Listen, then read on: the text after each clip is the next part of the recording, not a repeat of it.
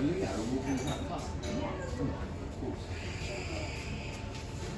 are. Yes, right, thank you.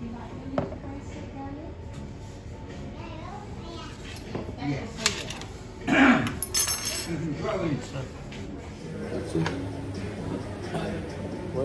Good afternoon. Good afternoon. We are in Costa's, Yeah. and we're going to talk about our childhood. Yes. We are. To begin, your first and earliest memory would be good.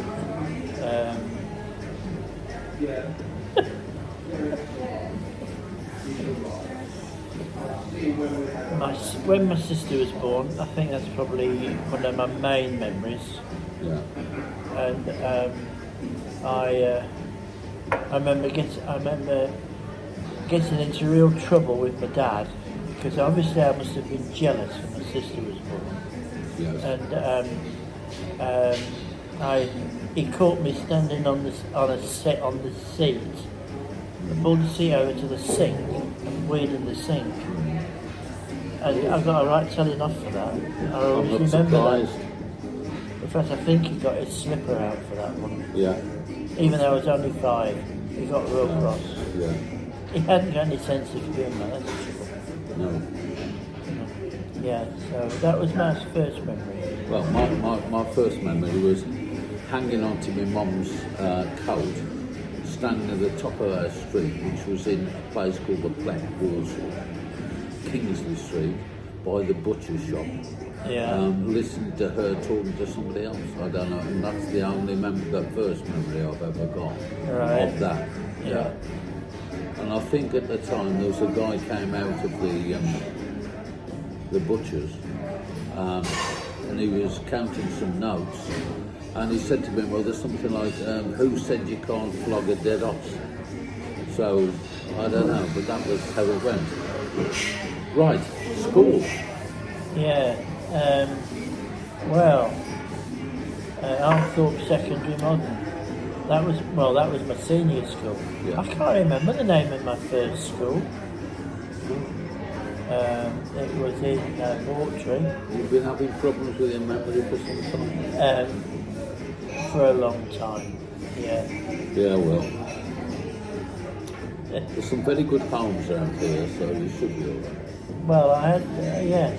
I know a few people that are in them, and Good. they don't like it very much. Right. Okay, first memory of, well, infant school was my first day. They gave us all a little booklet, and mine had got a yellow tiger on, and I've loved tigers ever since. Yeah. And yeah, that was Hillary Street Junior Infant School. When I was about 9, we moved down the road about only 2 miles to a place called Darlaston, and that's in the Black Country.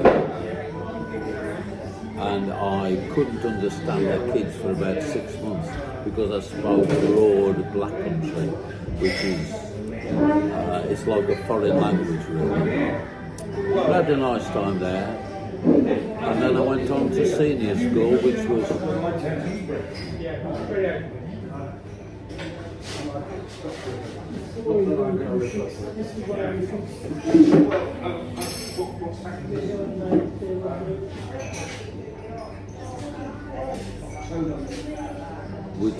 which was sorry about that, which was Slater Street Secondary Modern School. That sounds like a good school. Oh, wonderful. We left at 15, and you all went into an occupation in the town, which was usually industrial. You bad coughs about it. Well, I was just watching the COVID germs flying past. It's a bit worrying, isn't it? It is. Nobody wears masks now. No.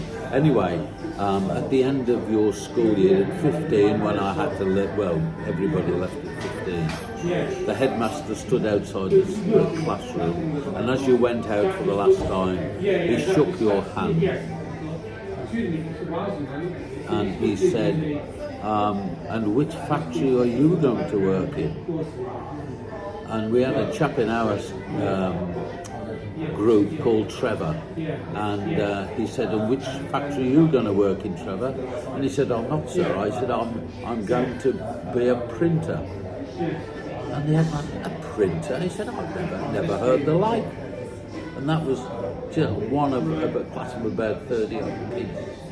So everybody went into a factory. If you were brainy, you got an apprenticeship. If you were middle of the road, you got a machinist or a mid-skilled job. And if you weren't very bright, you ended up probably doing packing or sweeping the floors and stuff like that. Yeah. So, when did you leave? Well, I left when I was 16. Our employment officer, what do they call them? Careers officer. Yeah. Our careers officer in this area, in Milton Keynes, Wolverton, it was in Wolverton. They wanted everybody to go into Wolverton Works. Yeah. So they could get a job as a carriage fitter or as a door fitter or something like that. We always used to say that they got commission on this. Yeah. The more people who could get in there, the more they got. Yeah. And a lot of people did. But I mean, it was quite famous, wasn't it, Wolverton? It was, yeah. It's not. What was that, 1890 or something? No, that was in 1950? 60s. 60s. Yes, in the 60s. Right. And when you used to see all the men come out, the whistle would go at the end of the shift, they'd all come out there on their bikes. The whole town, part of that town, just come to a standstill. All the cars at the top was all coming out on their bikes. They got the long macs on, flat cap, little satchel with a flask sticking out. Yeah, that's true. Right. And a lot of them used to say, I worked here all my life, and when I finish here, I'm doing nothing. I've had enough of work. Yeah. And usually just a few years later, they kick the bucket because they didn't do anything. Just sat there watching the telly and. Yeah.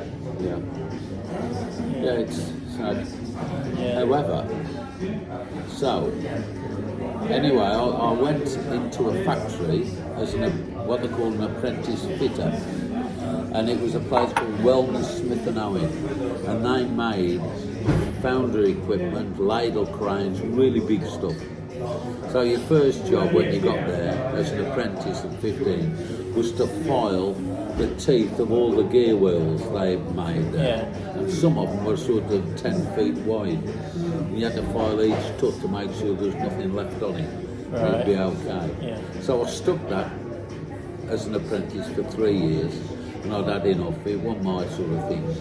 So I ended up going into nursing. And I started in psychiatric nursing, and then I went into general nursing, did that, and I was nursing the rest of my life, basically, in nursing. And what did you do? I left school. I went to work in my parents' greengrocery shop in Wolverton, and then when I was early 20s, left there. They sold up. Went to work for myself. Right. And stayed doing that right up till worked for myself right up to till I retired. Yeah. Right, well, this is the end of our first part of our lives. So we've gone to sort of teens. The next episode will be a lot more interesting, I hope. We'll tell about his life, the secret life of Stuart and Phil. See you again. Bye. Bye.